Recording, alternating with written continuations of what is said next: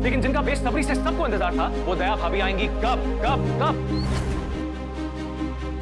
मैं तुझसे पूछ रहा हूँ दया कहाँ है, कहाँ है? और हम आप दर्शकों को पूरा वादा करते हैं कि जल्द आप दया भाभी को हमारे शो में देखेंगे।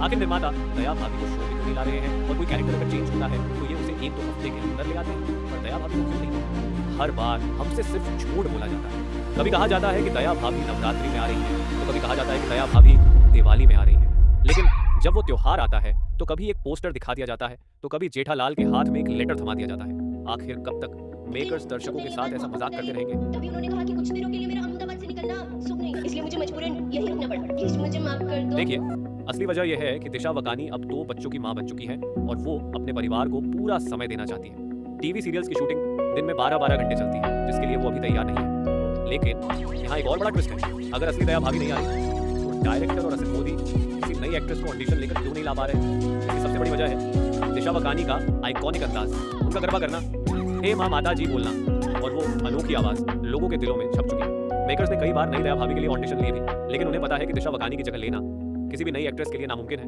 अगर जनता ने नई दया भाभी को रिजेक्ट कर दिया तो शो रातों रात अर्श से फर्श पर गिर जाएगा। इसी डर की वजह से डायरेक्टर नया रिस्क नहीं ले पा रहे हैं और दर्शकों को सिर्फ तारीख पर तारीख मिल रही है। तो दोस्तों, पूरी कहानी का साफ साफ मतलब यही है कि मेकर्स के पास अब कोई रास्ता नहीं बचा है।